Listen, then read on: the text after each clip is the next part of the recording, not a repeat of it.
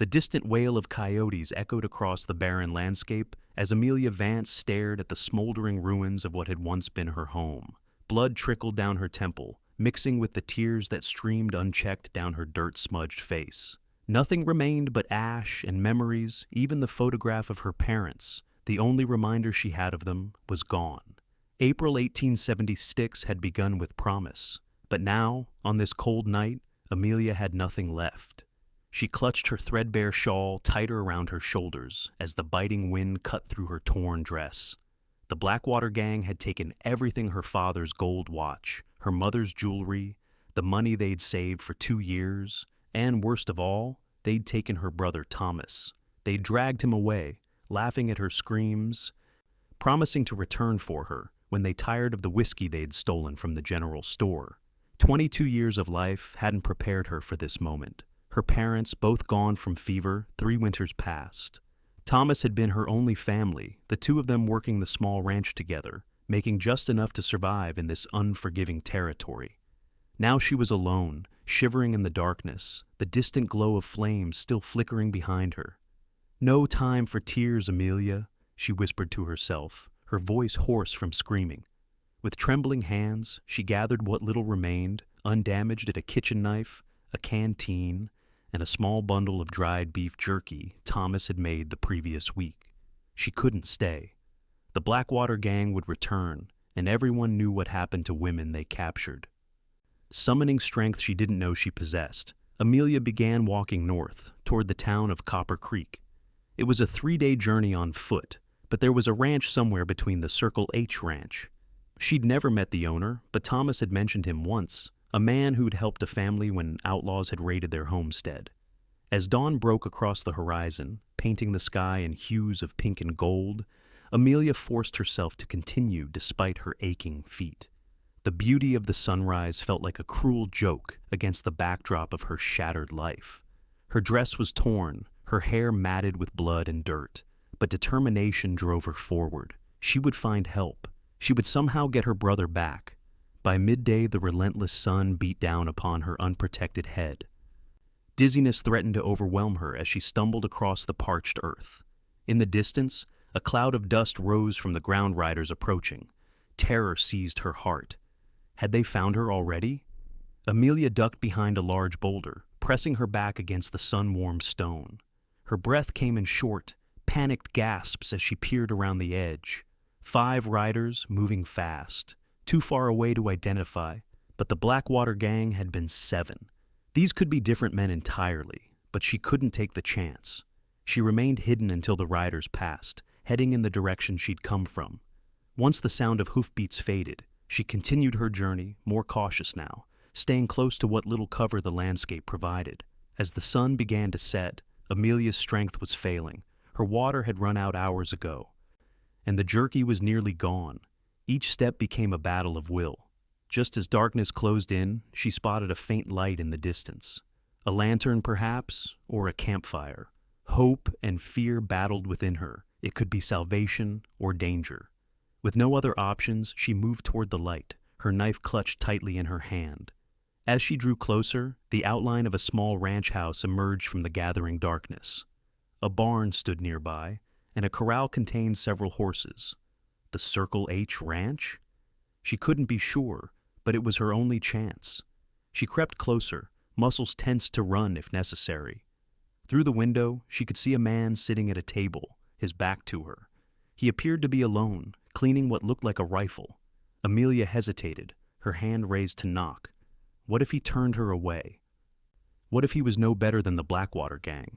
But the alternative was dying alone in the wilderness, and that thought pushed her forward. Her knuckles had barely touched the door when it swung open, revealing a tall man with a revolver pointed directly at her face. "Don't move," he commanded, his voice deep and steady. In the lamplight, she could see his features' strong jaw covered in stubble, piercing blue eyes narrowed with suspicion, and dark hair that fell across his forehead. "Please," Amelia whispered, her voice breaking. "I need help." His eyes scanned her, taking in her disheveled appearance, the blood on her temple, the desperate look in her eyes. Slowly, he lowered the gun. "You'd better come inside," he said, stepping aside to let her pass. You look half dead." The warmth of the cabin enveloped her as she stepped inside. The smell of coffee and beans cooking on the stove made her stomach clench painfully, reminding her how long it had been since she'd eaten a proper meal. "My name is Owen Harrington," he said, holstering his weapon, "and you're standing on Circle H land. Now, who are you, and what kind of trouble are you running from?" Amelia's legs finally gave out, and she collapsed onto a chair by the table. "My name is Amelia Vance. The Blackwater Gang burned my ranch to the ground yesterday. They took my brother, Thomas. They took everything." Owen's expression hardened at the mention of the gang. "The Blackwater Gang doesn't leave survivors." "They were coming back for me," she said, tears threatening again. "I ran." He nodded, moving to the stove to pour coffee into a tin cup. He handed it to her, then ladled beans into a bowl. "Eat," he instructed. "Then we'll talk." Amelia didn't need to be told twice. She ate quickly, the hot food reviving her strength. Owen sat across from her, watching with an unreadable expression. When she finished, he took the empty bowl and refilled it without being asked. "Thank you," she murmured. "The Blackwater Gang has been terrorizing this territory for months," Owen said, sitting back down. "Marshal Carter's been trying to gather a posse to go after them, but they move fast. By the time word reaches town, they're long gone." "I need to find them," Amelia said, her fingers tightening around the cup. "They have Thomas." Owen shook his head. "If they took him, he's likely already dead. I'm sorry to be blunt, but that's the truth of it." "No," Amelia insisted, slamming the cup down with unexpected force. "He's alive. I would know if he wasn't. I would feel it." Owen studied her for a long moment. "Even if he is alive, you can't go after them alone." "Will you help me?" The question surprised them both. Amelia hadn't meant to ask so directly, but desperation drove her forward. "You're asking a stranger to risk his life hunting down the most dangerous gang in the territory?" Owen raised an eyebrow. "I'm asking for help," she replied, meeting his gaze steadily. "I have nothing left to lose. I'll go with or without you, Mr. Harrington." Something in her determination seemed to reach him. He sighed, running a hand through his hair. "You can stay here tonight. Get some rest. We'll talk more in the morning." He showed her to a small room, clearly a storage area, hastily cleared to accommodate her. A narrow cot was pushed against one wall, and a basin of water sat on a small table. "Thank you," she said again, genuine gratitude in her voice. "Lock the door," was his only response before he turned and walked away. Alone in the small room, Amelia finally allowed herself to break down. Silent sobs racked her body as she curled up on the cot, the events of the past day crashing over her. But beneath the grief and fear, a kernel of hope had taken root. She wasn't alone anymore. Whether Owen Harrington would help her or not remained to be seen. But for tonight, she was safe. Morning light filtered through the small window, rousing Amelia from a fitful sleep. For a moment, she was disoriented, expecting to see the familiar walls of her own bedroom. Reality crashed back quickly, bringing with it fresh waves of grief. A soft knock on the door startled her. "Miss Vance? There's hot water for washing, and breakfast when you're ready." Owen's voice was different in the daylight, less harsh, though still guarded.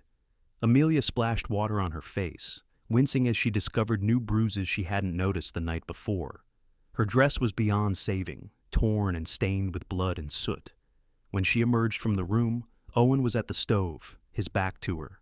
He turned at the sound of her footsteps, his eyes widening slightly as he took in her appearance in the clear morning light. "I have some clothes that might fit you," he said, turning back to the stove. "My sister left some things behind last time she visited." Amelia accepted the offer gratefully and soon found herself in a simple blue dress that was only slightly too large.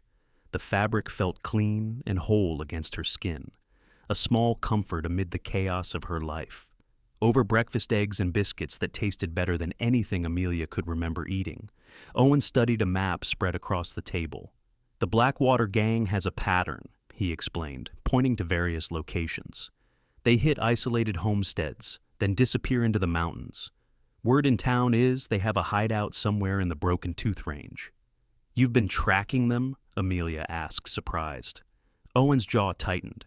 "They killed my friend Jacob last winter, took everything he had, including his life." left his wife and children with nothing but a grave to tend.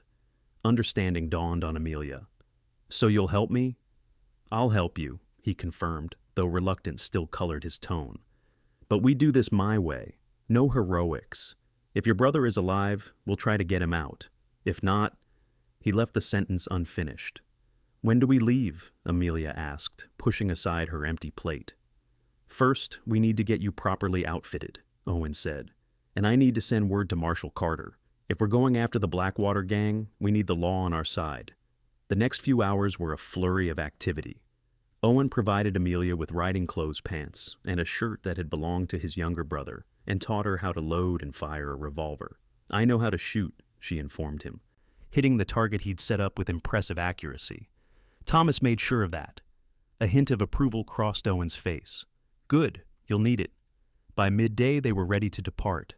Owen had packed provisions, ammunition, and medical supplies.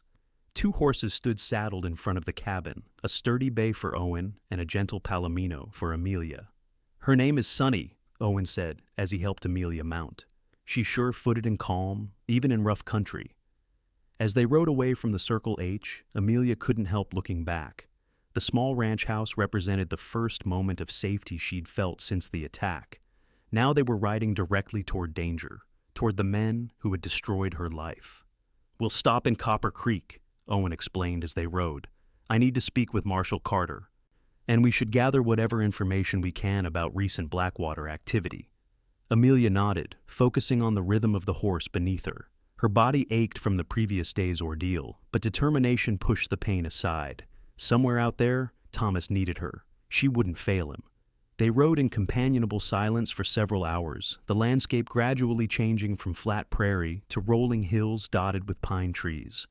Amelia found herself studying her companion when he wasn't looking. Owen Harrington was perhaps 30, with the weathered look of a man who spent most of his life outdoors. His hands were calloused, his movements efficient and purposeful. Though he rarely smiled, there was a kindness in his eyes that contradicted his gruff manner. "How long have you had the Circle H?" she asked, as they stopped to rest the horses by a small stream.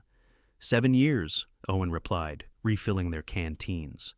"Bought it after serving with the Union Army. Needed a quiet place after the war." "You fought in the Civil War?" Amelia asked, surprised. He would have been very young. A shadow crossed his face. "Last year of it. Saw enough to last a lifetime." His tone discouraged further questions on the subject, so Amelia changed course.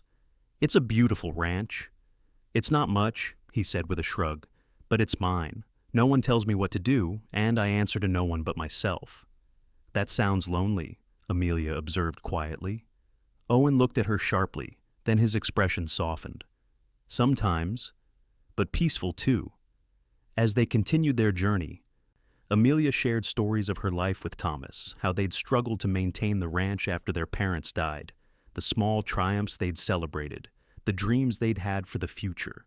Owen listened more than he spoke, but occasionally offered details about his own life, his sister in St. Louis, his brother who'd moved to California to seek his fortune, the horses he bred and trained. By late afternoon, Copper Creek appeared on the horizon, a small frontier town, consisting of one main street lined with false-fronted buildings. As they rode in, Amelia felt the stares of the townspeople, curious about the disheveled woman riding alongside Owen Harrington. Their first stop was the marshal's office, a small building with a jail attached to the back. Marshal Carter was a stout man, with a thick mustache and tired eyes that had seen too much frontier justice. "Owen Harrington," he said, standing to shake Owen's hand. "It's been a while. What brings you to town?" Owen explained the situation briefly, introducing Amelia and describing the attack on her homestead. Marshal Carter's expression grew grimmer with each detail. "The Blackwater Gang hit the Miller place 3 days ago," he confirmed. "Took everything they had, but left them alive, thank God. From what I've heard, they're holed up in the mountains now, probably counting their spoils before moving on to the next territory." "We need to find them before they leave," Amelia interjected, stepping forward. "They have my brother." Marshal Carter's eyes softened with sympathy. "Miss Vance, I understand your concern, but the Blackwater Gang doesn't usually take prisoners. If they took your brother, it's likely—" "He's alive," Amelia insisted, the same fierce certainty in her voice. "And I'm going to find him." The marshal exchanged a look with Owen. "I've been trying to organize a posse, but most folks are too scared to go after Blackwater directly. I can offer you a deputy badge, Owen. Make it official." Owen nodded. "We'll take whatever help we can get." "I'll ride out with you tomorrow," Marshal Carter decided. "Got a lead on where they might be camped. In the meantime, get some rest. Mrs. Peterson runs the boarding house across the street. Tell her I sent you." As they left the marshal's office, Owen placed a hand on Amelia's shoulder. "We're making progress. By this time tomorrow, we might have located their camp." Amelia nodded, though anxiety still churned in her stomach. Every hour that passed was another hour Thomas was in danger, if he was still alive at all.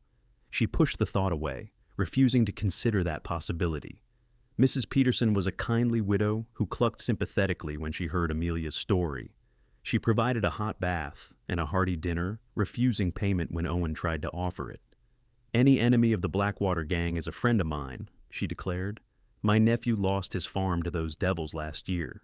That night, in the clean, simple room Mrs. Peterson had provided, Amelia found sleep elusive. Her mind raced with possibilities, both hopeful and dreadful. The sound of a soft knock pulled her from her thoughts. "Miss Vance?" Owen's voice came through the door. "Are you awake?" Amelia wrapped a shawl around her shoulders and opened the door. Owen stood in the hallway, his expression troubled. "I couldn't sleep," he admitted. "Thought you might be having the same problem." "Come in," she offered, stepping aside. Owen hesitated, clearly aware of the impropriety, but finally entered the room, leaving the door partially open. "I wanted to make sure you understand what we're facing tomorrow," he said, standing awkwardly by the door. "The Blackwater Gang isn't known for mercy. If they've kept your brother alive, it's for a reason, and likely not a good one." "I know the risks," Amelia said, sitting on the edge of the bed. "Do you?" Owen challenged gently. "Because once we find them, things will happen fast. You need to be prepared to do whatever is necessary to survive." "I am," she assured him, meeting his gaze steadily. "I may have lost everything, Mr. Harrington, but I haven't lost myself. I won't be a liability." Something in her determined expression seemed to reassure him. He nodded slowly. "Get some sleep. Dawn comes early." As he turned to leave, Amelia called after him. "Owen, thank you for everything." He paused, looking back at her with an expression she couldn't quite read. "Don't thank me yet, Amelia. We still have a long way to go." After he left, Amelia lay back on the bed, staring at the ceiling. In less than 48 hours, her life had been completely upended. She'd lost her home, possibly her brother, and now she was preparing to confront the men who had destroyed everything. Yet, somehow, amid the chaos and grief, she felt a strange connection to Owen Harrington, a man who had no reason to help her, but had chosen to anyway. With that thought lingering in her mind, she finally drifted into an exhausted sleep. Morning arrived with gray skies threatening rain, an unusual occurrence for the season, but a welcome sight in the perpetually dry territory. Amelia dressed quickly in the riding clothes Owen had provided, braiding her hair tightly to keep it out of her face. The woman who stared back at her from the small mirror above the wash basin looked different, harder somehow, more determined. The bruise on her temple had darkened to a deep purple, a physical reminder of what she was fighting for. Downstairs, she found Owen and Marshal Carter already at breakfast, discussing strategy in low voices. They fell silent as she approached, both men rising to their feet. "Miss Vance," Marshal Carter greeted her. "How are you feeling this morning?" "Ready," she replied simply, taking a seat beside Owen. Mrs. Peterson brought coffee and a plate of eggs and bacon, insisting Amelia eat well before the journey. As they ate, Marshal Carter explained what they knew of the Blackwater Gang's likely location. "A hunter came in last night," he said, spreading out a crude map drawn on a piece of paper. "Said he spotted smoke from a large camp in Devil's Canyon. It's deep in the Broken Tooth Range, about a day's hard ride from here. If it is the Blackwater Gang, they've chosen their position well. Only one way in or out of that canyon, which means we'll be riding into a potential trap," Owen observed, studying the map. "We'll approach from the ridge above," Marshal Carter suggested. "Get a look at what we're facing before we make any moves." Amelia listened carefully, committing the plan to memory. Her stomach churned with a mixture of fear and anticipation, but she kept her expression neutral. She wouldn't give them any reason to leave her behind. By the time they finished breakfast, a small group had gathered outside the boarding house, 3 men who had volunteered to join the posse after hearing about Amelia's plight. They were a diverse group, a blacksmith named Henry, whose massive arms could bend horseshoes barehanded, a former Texas Ranger called Simmons, who rarely spoke but whose eyes missed nothing, and a young man named Daniel who worked at the general store and seemed both terrified and determined to prove himself. 6 of us against however many of them, Owen muttered as they mounted their horses. Not ideal odds. Better than one of me against all of them, Amelia replied quietly. Owen glanced at her, a hint of admiration in his eyes. True enough? They rode out of Copper Creek as the town was just beginning to stir, the shop owners opening their doors, children heading to the small schoolhouse. Normal life continuing, oblivious to the danger that awaited the small posse. The journey to the Broken Tooth Range was arduous. The terrain grew increasingly difficult as they left the plains behind and entered the foothills. By midday, they were following a narrow trail that wound through rocky outcroppings and dense pine forests. The rain that had threatened all morning finally began to fall, a light, steady drizzle that soaked through their clothes and made the trail slippery. They pressed on, stopping only briefly to rest the horses and eat a cold meal of jerky and hardtack. Amelia rode beside Owen, drawing strength from his quiet confidence. Though they spoke little, she felt a growing bond between them, forged in shared purpose and mutual respect. As the afternoon wore on, Marshal Carter raised a hand, signaling for the group to stop. They had reached a ridge overlooking a deep canyon, its walls rising steeply on either side. Far below, barely visible through the misty rain, several campfires glowed. Tents were scattered throughout the canyon floor, and men moved about, indistinct figures from such a distance. That's them all right, Simmons confirmed, lowering a battered spyglass. Counted at least 15 men. They've got horses corralled at the far end of the canyon, and there's a wagon that looks like it's full of stolen goods. Any sign of prisoners? Amelia asked, her voice tight with anxiety. Simmons scanned the canyon again. There's a tent separate from the others, with someone standing guard. Could be where they're keeping captives. Hope surged through Amelia's heart. Thomas might still be alive. How do we approach? Owen asked, turning to Marshal Carter. The main trail into the canyon would be suicide. There's another way, Simmons said, pointing to a narrow fissure in the canyon wall. Looks like a game trail, steep but manageable. It would put us behind that tent with the guard. Marshal Carter nodded thoughtfully. We wait for nightfall. The rain works in our favor. It'll mask our approach and dampen sound. The next few hours passed with agonizing slowness. They retreated to a small grove of pines, out of sight from the canyon. The horses were tied securely, given feed bags to keep them quiet. The men checked and rechecked their weapons while Amelia paced anxiously, unable to remain still. Owen approached her as dusk began to fall, offering his canteen. You should drink something, and try to rest while you can. Amelia accepted the water gratefully, but shook her head at the suggestion of rest. I couldn't possibly sleep now. I didn't say sleep, Owen clarified. Just rest. Save your strength. He sat beside her on a fallen log, their shoulders almost touching. For a while, they watched the rain falling through the pine branches, each lost in their own thoughts. What will you do? Owen asked suddenly. After we find your brother, your home is gone. The question caught Amelia off guard. She hadn't thought beyond rescuing Thomas. I don't know, she admitted. Rebuild, I suppose. It's all we know. Owen nodded, his eyes fixed on the darkening forest. It won't be easy. 2 people rebuilding from nothing. We've faced worse, Amelia said, though even to her own ears the words sounded hollow. Owen turned to look at her then, his blue eyes intense in the fading light. You could come to the Circle H, both of you, at least until you get back on your feet. The offer startled Amelia. Why would you do that for us? A slight smile touched Owen's lips. Maybe I'm tired of answering to no one but myself.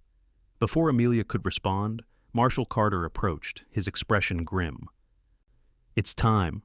The moment broken, Owen stood and offered Amelia his hand. As she took it, their eyes met briefly, an unspoken understanding passing between them. Whatever happened in the canyon below, something had changed between them, something neither was ready to name, but both recognized. The descent into the canyon was treacherous. The game trail Simmons had spotted was little more than a narrow ledge that zigzagged down the steep wall. In the darkness and rain, each step was a potential disaster. They moved slowly, single file, with Simmons leading and Owen bringing up the rear. Amelia found herself in the middle, Marshall Carter's solid presence before her, Owen's reassuring shadow behind. The sound of the rain masked their approach, but also made communication difficult. They relied on hand signals, freezing in place whenever a guard moved near their position. By the time they reached the canyon floor, Amelia's heart was pounding so loudly she was certain the entire Blackwater Gang would hear it. Simmons motioned for them to take cover behind a cluster of large boulders. From this position, they could clearly see the tent Simmons had spotted earlier. A single guard stood outside, huddled in a rain slicker, looking thoroughly miserable. Marshall Carter gestured for them to gather close. "Simmons and I will take out the guard," he whispered. "Owen, you and Miss Vance check the tent. Henry and Daniel, stay here as backup. If this goes wrong, we'll need covering fire to get out." The plan was simple enough, but Amelia's mouth went dry with fear. This was really happening. In moments, she would know if Thomas was alive or if her desperate hope had been for nothing. Owen touched her arm gently. "Stay close to me," he murmured, "no matter what happens." She nodded, unable to speak through the knot of emotion in her throat. Marshall Carter and Simmons moved silently toward the guard, using the shadows and the sound of the rain to mask their approach. One moment the guard was standing there, rifle in hand. The next, he was on the ground, Simmons' hand clamped over his mouth, Marshall Carter's revolver pressed to his temple. Owen signaled for Amelia to follow him. They crept toward the tent, every sense heightened by danger. The camp was eerily quiet, most of the outlaws having sought shelter from the rain in their tents. Music and raucous laughter drifted from the largest tent at the center of the camp. Apparently, the Blackwater Gang was celebrating their successful raids with stolen whiskey. When they reached the guarded tent, Owen drew his knife and carefully slit the canvas at the back. Peering inside, Amelia's heart nearly stopped. There, bound and gagged on the ground, was Thomas. His face was bruised, one eye swollen shut, but he was unmistakably alive. Next to him lay two other men Amelia didn't recognize, likely other victims of the gang's raids. Owen slipped through the opening first, moving to Thomas's side. He quickly cut the ropes binding Thomas's wrists and removed the gag. Thomas gasped, his good eye widening in shock as he recognized his sister. "Amelia?" he whispered hoarsely. "How?" "Shh," she cautioned, embracing him briefly. "We need to get you out of here." Owen was already freeing the other two men, both of whom appeared to be in worse shape than Thomas. One seemed barely conscious, blood caked in his hair from a head wound. "Can you walk?" Owen asked Thomas quietly. Thomas nodded, struggling to his feet with Amelia's help.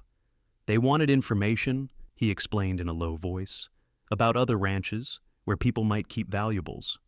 "Save it for later," Owen advised, supporting one of the other prisoners. "We need to move, now." They made their way back to the tent opening, Amelia's heart soaring with relief despite the danger surrounding them. Thomas was alive. Everything else could be faced together. But as they emerged from the tent, disaster struck. A shout went up from somewhere in the camp, followed by a gunshot. Their escape had been discovered. "Run!" Owen commanded, pushing them toward the game trail, where Marshall Carter and the others waited.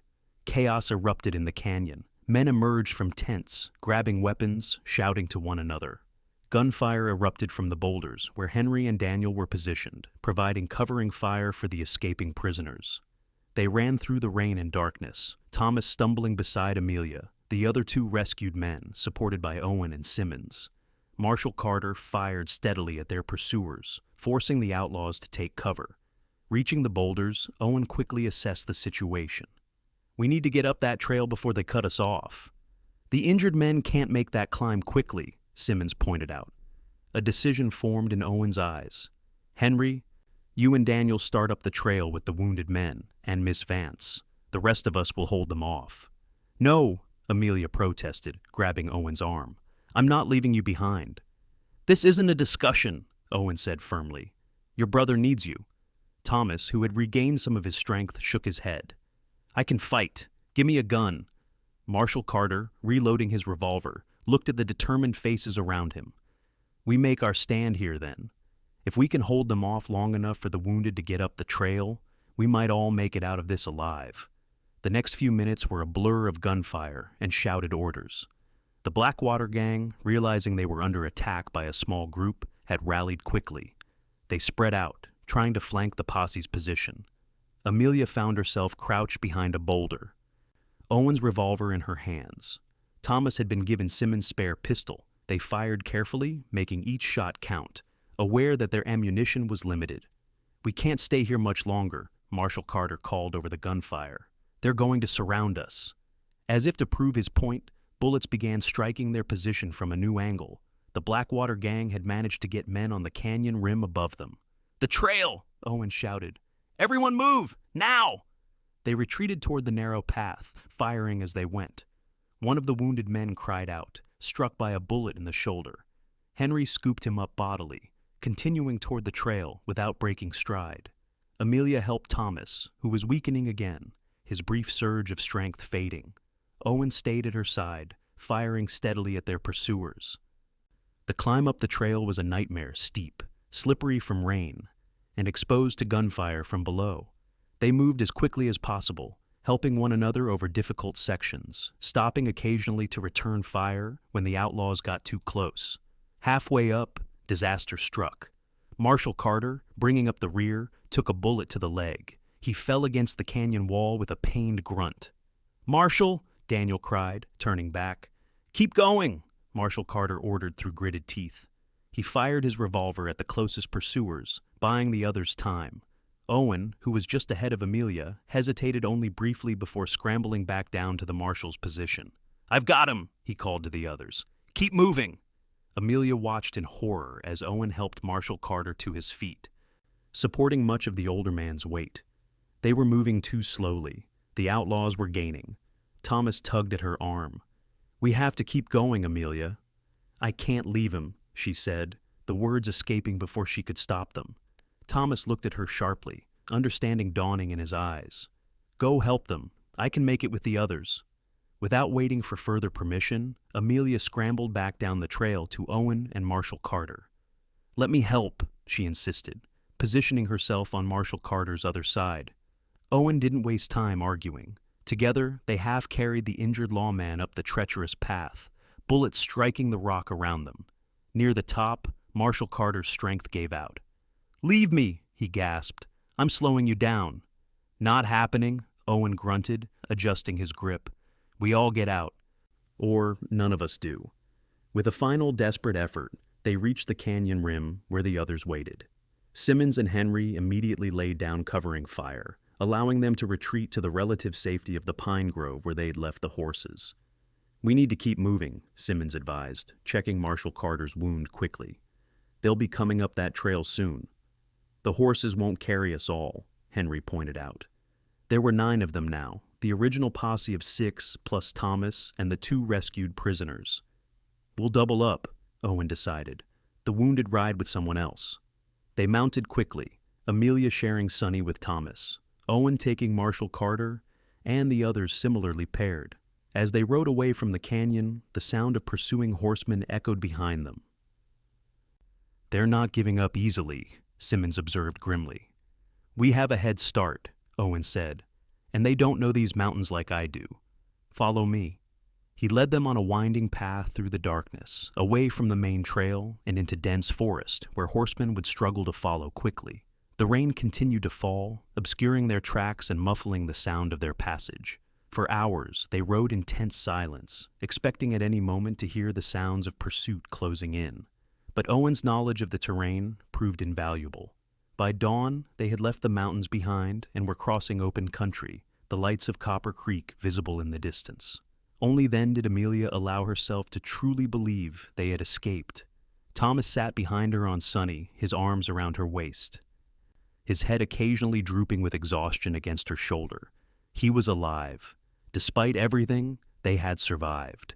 As they rode into Copper Creek, the town came alive with activity.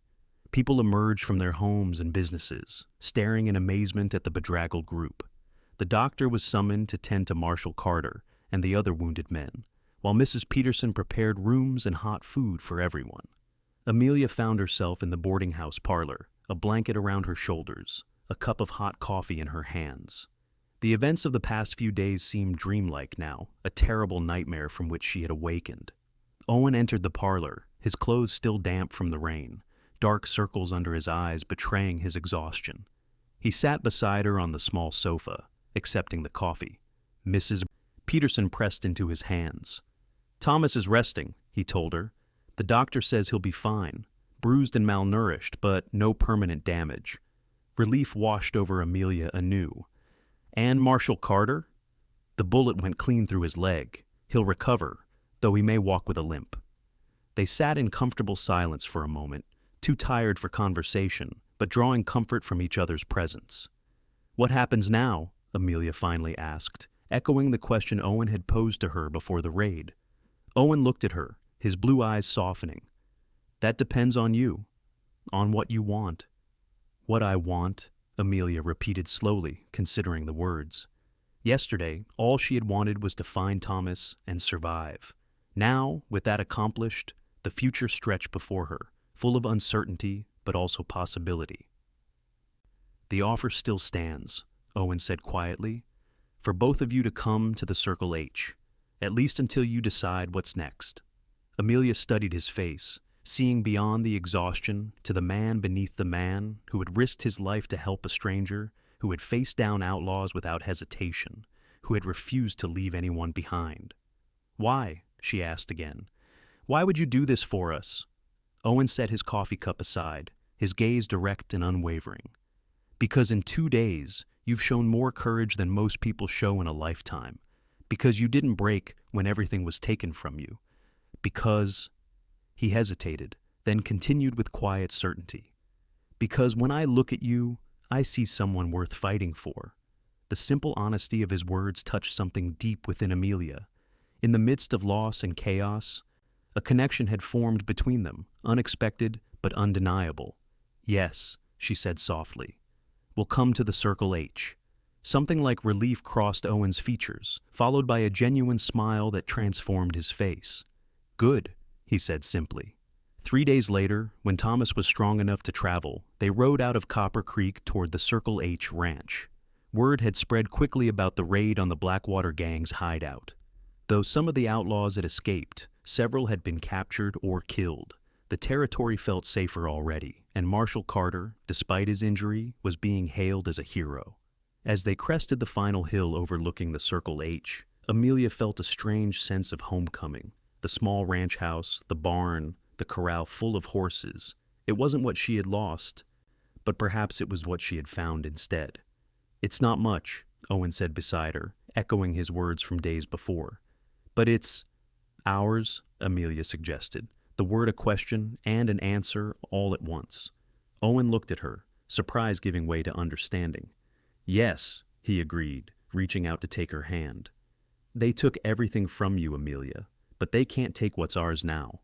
In that moment, with Thomas riding ahead toward their new beginning, with Owen's hand warm around hers, Amelia knew that while she had lost much, she had gained something precious in return. Not just shelter or safety, but the promise of something more, a future built not on what had been taken, but on what they would create together. Spring gave way to summer at the Circle H ranch. The days grew longer, the sun more intense, and the land around them transformed from the dull browns of early spring to vibrant greens. Under Owen's guidance, Thomas had taken to ranch life with surprising enthusiasm. His strength had returned fully, and with it, a determination to build something lasting. Amelia found her own place in this new life. She tended a garden that grew more bountiful each week, cared for the chickens Owen had purchased in town, and learned to manage the household accounts with the same efficiency she had once applied to her family's small ranch. In the evenings, the three of them would sit on the porch, watching the sunset paint the sky in brilliant hues of orange and pink. These quiet moments became precious to Amelia, moments when the horror of what they had survived seemed distant, when the future stretched before them, full of possibility rather than dread. Owen had changed in subtle ways since their return from Copper Creek. The quiet, solitary rancher, who answered to no one but himself, had given way to a man who sought Amelia's opinion on ranch decisions, who taught Thomas with patient explanation rather than terse commands, who sometimes smiled for no reason at all. One evening in late June, Thomas excused himself early, claiming fatigue after a long day of mending fences. As he disappeared into the house, Amelia noticed the slight wink he directed at Owen, a conspiratorial gesture that made her instantly suspicious. "What was that about?" she asked, turning to Owen with raised eyebrows. Owen shifted in his chair, uncharacteristically nervous. "I might have asked for his permission to speak with you alone tonight." "Permission?" Amelia repeated, amused. "I wasn't aware you needed Thomas's permission for anything." "Not permission exactly," Owen clarified, rubbing the back of his neck. "More like his blessing." A flutter of anticipation stirred in Amelia's chest. "Blessing for what?" Owen stood, extending his hand to her. "Walk with me?" She took his hand without hesitation, allowing him to lead her down from the porch and toward the corral, where the horses grazed peacefully in the evening light. They walked in comfortable silence, their fingers intertwined until they reached a large oak tree that stood alone on a small rise overlooking the ranch. "I've been thinking," Owen began, his voice steady despite the tension evident in his shoulders, "about the future. About what I want my life to be." Amelia waited, her heart beating a rapid rhythm against her ribs. "Before you came here, I was content with solitude," he continued. "I told myself it was enough to have my own place, to answer to no one.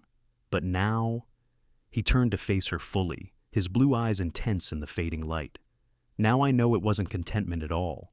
It was just existence." He took both her hands in his gaze never leaving hers. "These past months with you and Thomas have shown me what I was missing, what a real home feels like." "Owen," Amelia breathed, emotion welling in her throat. "I love you, Amelia," he said simply. "I think I started falling in love with you that first night, when you stood on my porch with nothing left, but still refused to break. I've fallen more in love every day since." He released one of her hands to reach into his pocket, withdrawing a small gold band, simple but beautiful. "This was my mother's," he explained. "I've kept it all these years, waiting for the right person. I never thought I'd find her, but here you are." Tears blurred Amelia's vision as Owen knelt before her, the ring held between them like a promise. "Amelia Vance, will you marry me? Will you make the Circle H our home, not just for now, but forever?" "Yes," she whispered, her voice breaking on the word. "Yes, Owen Harrington, I will marry you." He slipped the ring onto her finger, then stood to gather her into his arms. Their kiss was tender at first, then deepened with the passion of finding something precious after believing all was lost. When they finally parted, both breathless, Owen pressed his forehead to hers. "They took everything from you," he murmured, echoing his words from the day months ago. "But they couldn't take this. They couldn't take us." "No," Amelia agreed, her arms tightening around him. "What we have now is ours, forever." They married on a perfect autumn day, with the leaves of the old oak turning gold and crimson above them. The ceremony was small but joyful. Marshall Carter stood as Owen's best man, his limp barely noticeable now. Thomas gave Amelia away with tears in his eyes and pride in his stance.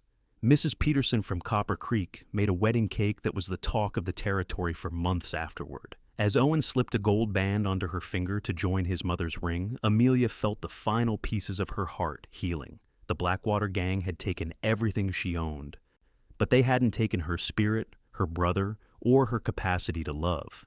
And now, standing before friends and neighbors as Mrs. Amelia Harrington, she knew with absolute certainty that the greatest treasures in life could never be stolen, only freely given, heart to heart.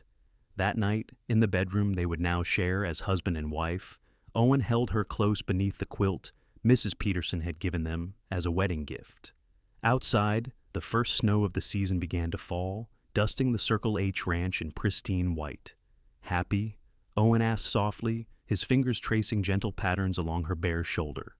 Amelia looked up at him, at the face that had become as dear to her as her own heartbeat. "More than I ever thought possible," she answered truthfully.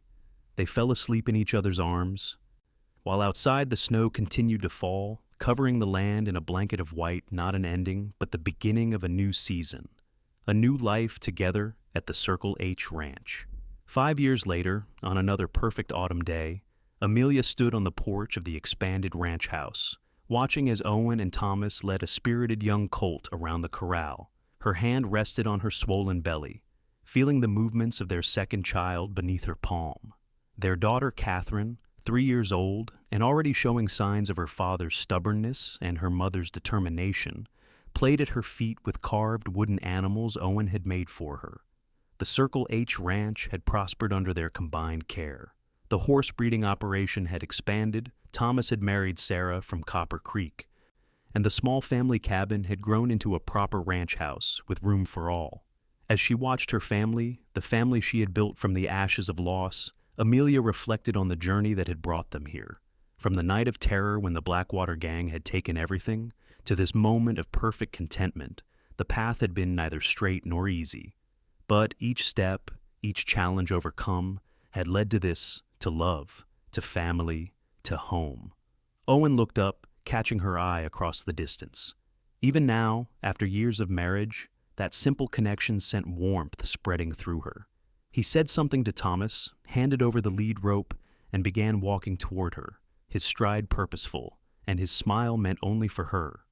"How are my girls?" he asked as he climbed the steps, placing one hand on Amelia's belly and dropping a kiss on Catherine's head. "We're perfect," Amelia replied, leaning into his embrace. "All three of us." As the sun began its descent behind the distant mountains, painting the sky in brilliant hues of gold and crimson, Amelia Harrington knew with absolute certainty that, while the past could not be changed, the future was theirs to create together, a future built not on what had been lost, but on what they had found in each other. The Blackwater Gang had taken everything, but they couldn't take what mattered most: the love that had blossomed amid the chaos, the family they had built together, the home they had created at the Circle H Ranch. These treasures were theirs now, forever protected in the sanctuary of their hearts, a testament to the truth that even in the darkest moments, hope and love could flourish, creating something more precious than anything that could ever be stolen away.